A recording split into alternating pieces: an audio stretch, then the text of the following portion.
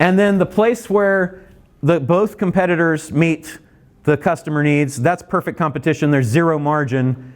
That's not a place I really want to focus. But the place that our stuff meets the customer wants and needs, but not the competitors, where the competitors don't have that, that's our competitive advantage.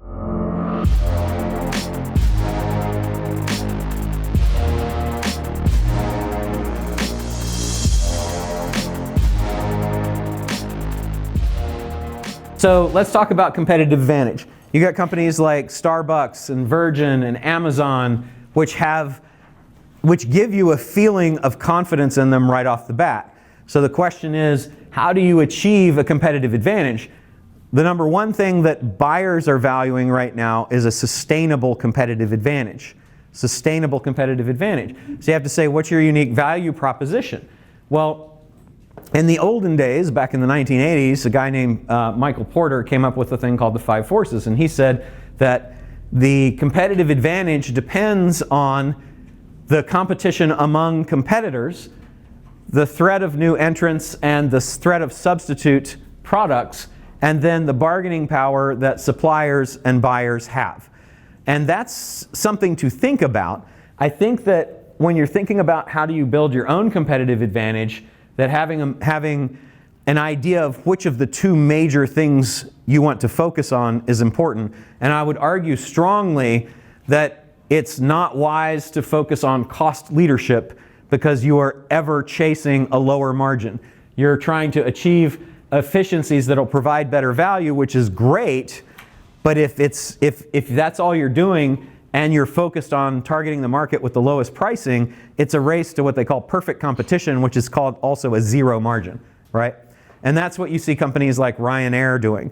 They're just like, we're bare bonesing it, and the customer experience is awful. And then you see other companies that are doing differentiation through innovation, quality, customer experience. Particularly cool right now, if you travel a lot, and if you've traveled over the years, is that you used to go to Europe and you would buy a jacket in Europe and it'd be $1,200 for like a winter jacket, but it would be so well made.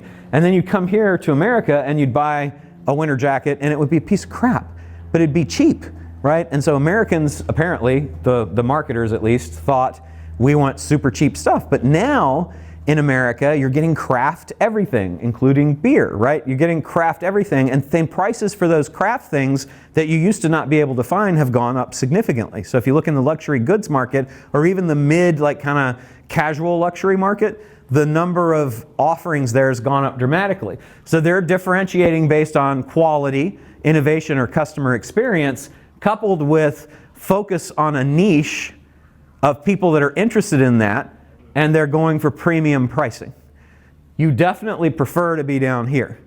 So Ryanair is the cost leader in European airlines, and they're focused on just being cheap. And by the way, you can fly from Barcelona to Milan for €8, but if you want oxygen while you're in the plane and other things, you just can continually swipe your card for additional charges, right? And then you've got Tesla, which is differentiated based on all of these things. It's a really cool customer experience. They take you in and make you do a launch, right? Just to hit it and see how fast they can go. And launch is part of their sales process when you drive. They are supposed to give you that launch. They go for a medium quality and a really good customer experience. That's their goal. So to create this for yourself, the very first thing we like to do is say, what does the customer need and want? So you make a list of the things that your customer needs and wants, and then you say, what are we good at? And then you say, what is our competitor good at? Now the place where your competitor's strengths cross over yours, where they're shared, that's just what it takes to come to the table. And so we make a list of those things by identifying what are the competitor strengths that are the same as yours. Those are the table stakes. Now, why do we care about that? Because we want to be sure we don't lose that.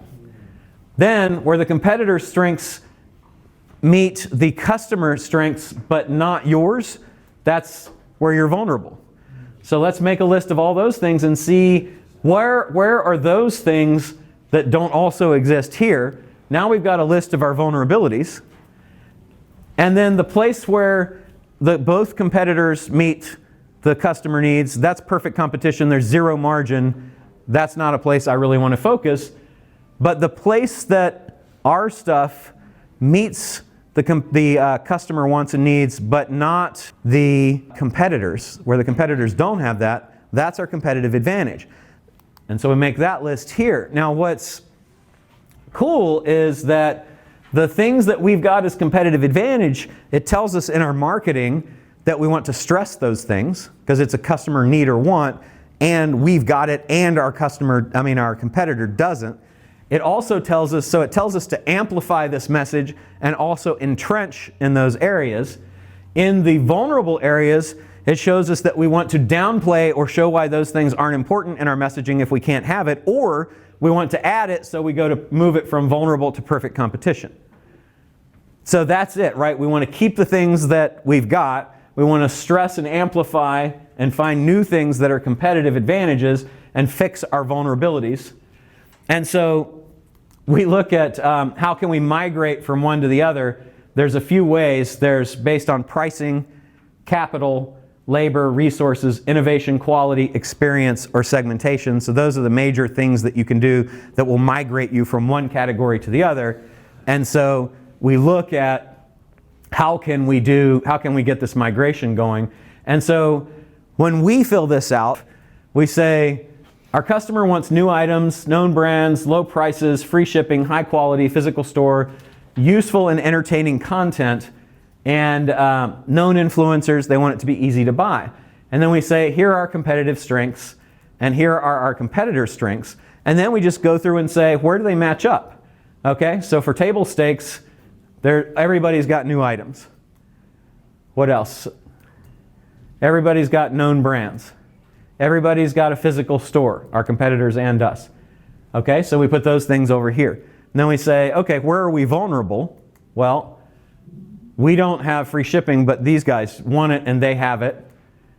High quality, our quality is kind of so-so. We're China manufacturers. They've got very easy to buy. We have kind of a funnel process. It's not quite as easy. So then we put those things over here. And then last but not least, we say, okay, what about competitive advantage? The things that they don't have that we do, and we put those things over here. And then last but not least, we'll say, okay, what could we do to move table stakes to competitive advantage or vulnerabilities to competitive advantage?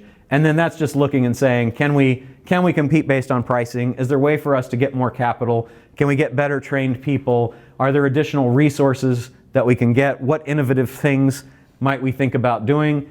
How can we increase the quality of our offering? Is there anything that we can do to increase customer experience? And what can we do to better segment to serve our niche? And then you just fill in those things that you can actually affect.